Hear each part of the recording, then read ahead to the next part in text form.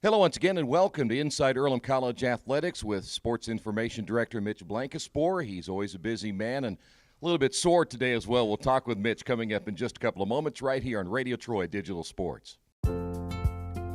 Built in 1923, Trueblood Fieldhouse received a renovation in 1999 when the Athletics and Wellness Center was added to campus. Named after Edwin P. Trueblood, class of 1885, the fieldhouse served as the home for Quaker indoor athletics and physical education from 1923 to 1999. Today, a multi-purpose floor allows for athletic teams to practice indoors as well as intramural competition to occur. A basketball practice court and indoor golf studio were added in 2016 to allow both Earlham's basketball programs and golf teams to practice on natural surface indoors. A track on the second floor of the facility allows for walking and running.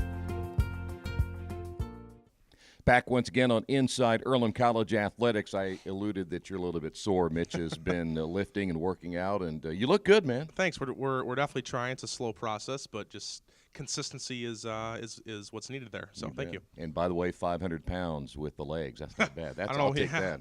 Genetics. That's what that is right there. Thank you, Dad. All right, listen, busy time again, and though a little bit slower this week, I kind of felt it. Somebody asked me about kind of slowing down this week, and that has been a little bit of the case, but last week and the week before certainly was not the case. Yeah, definitely. So I'd like to recap kind of last weekend. I got my handy-dandy little sheet here again. Hopefully don't forget anyone. But cross-country ran at the Indiana Intercollegiate meet hosted by IU. That meet has most every school in the state of Indiana at that meet, and it's split into the big state meet, which is all the Division I schools, IU, Purdue, IPFW, IPUI, etc. And the small state meet are the D2s, D3s, and NAIA schools. And the men ran an 8K race. Gabriel Pank individually finished 28th, running the 8-kilometer course in just over 28 minutes. On the women's side, it was a 5K race, and senior Kellen Steele, who has not run cross-country at Earlham yet, but ran track and field last year, finished in 70th place with just under a 23-minute race. So that was kind of cross-country's performance. At the Indiana Intercollegiates. And then football, you had that game. Pretty competitive throughout most of the game. A 31-14 loss for the Quakers against Anderson on a very rain-filled afternoon, we should say that, at Darrell Bean Stadium. Kind of one of the fun facts of the game was actually a punt. Freshman Jordan Christian out of Richmond High School, I know you covered him in high school. That's right. A lot. He had an 83-yard punt in that game, which is not only a program record, but broke the oldest individual single game record that Earlham has as a football program. Sam Hogenauer in 1967 had a 79-yard punt. So 83-yard punt broke the record. He was named HCAC Special Teams Player of the Week. So pretty cool honor there for Jordan Christian. Moving on to men's soccer, fell behind at the College of Worcester 1-0. A team that Earlham had lost 2 straight games on the road in Virginia. Fell behind 1-0. Didn't play a great first half and came back with 2 goals second half. Senior Brett Marshall netted one, I think, in the 82nd or 83rd minute for the victory there, so nice for the men's soccer team. Women's soccer, competitive with Ohio Wesleyan, pretty good team. The Battling Bishops won national championships in 01 and 02. Earlham was tied 1-1 at halftime. Senior Michaela Bush, who was tied for the leading scorer last year, netted her first goal of the season, so good for Earlham. Ohio Wesleyan had 2 quick goals in the second half, really hurt the Quakers there in a 3-1 loss.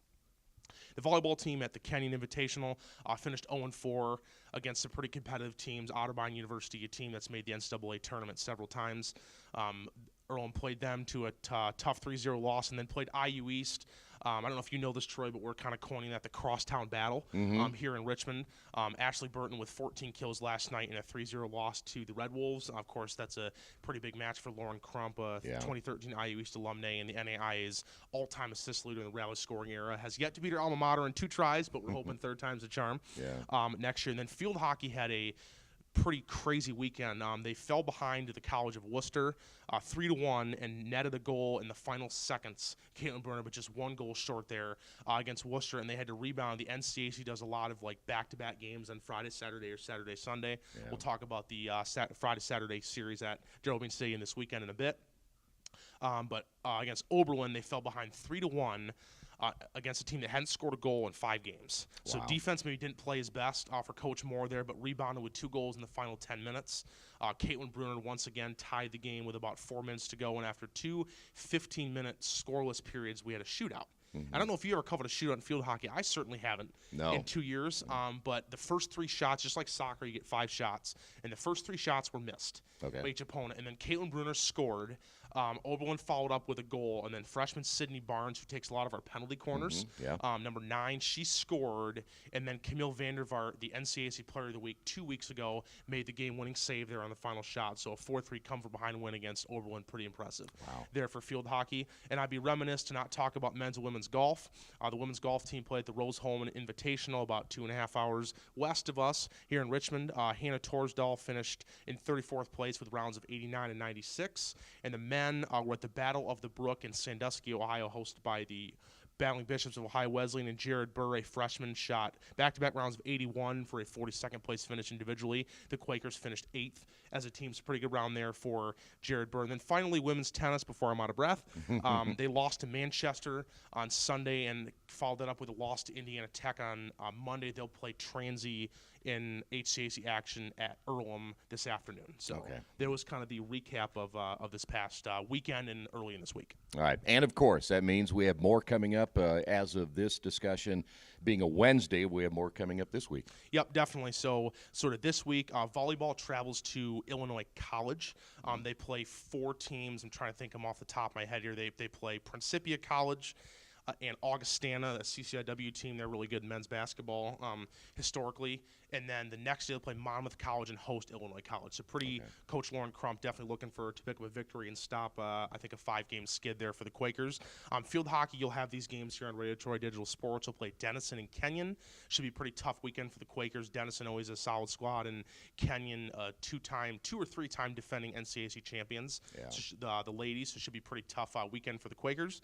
Men's soccer, as of now, will play at Wilmington tonight in the Quaker Bowl and follow up with a game 3:30 p.m. on Saturday against Otterbein. You'll have that one as well.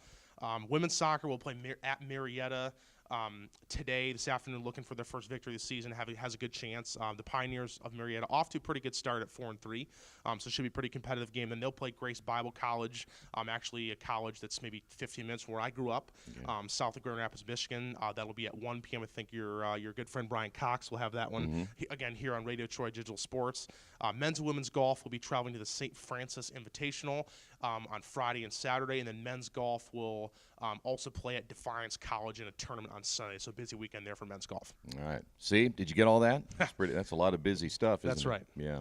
And a reminder, you can always catch up with what's going on with Earlham Athletics on GoEarlham.com, and statistics and photos and you name it, it's there. All the schedules and everything, just in case you missed some of the information. So keep up the good work, and by the way, go ahead and tell everybody you're going to be interviewed by NCAA Magazine. Is that right? Yeah, so I've got a lunch with the husband of our senior associate director of athletics, Caitlin Leach. Her husband, Kyle, works for the NCAA and is working on a piece to come out in Champions Magazine on the life of an SID, especially in Division III. So I'm excited to talk to him here in about an hour or so on certain things. He's going to ask about what it's like to sort of do what I do and do what athletic communicators do. Should be fun. Go. That's right. Go. Thanks, Troy. Right. Reminder again, GoEarlham.com for all the latest information. We'll see you next time right here on Inside Earlham College Athletics.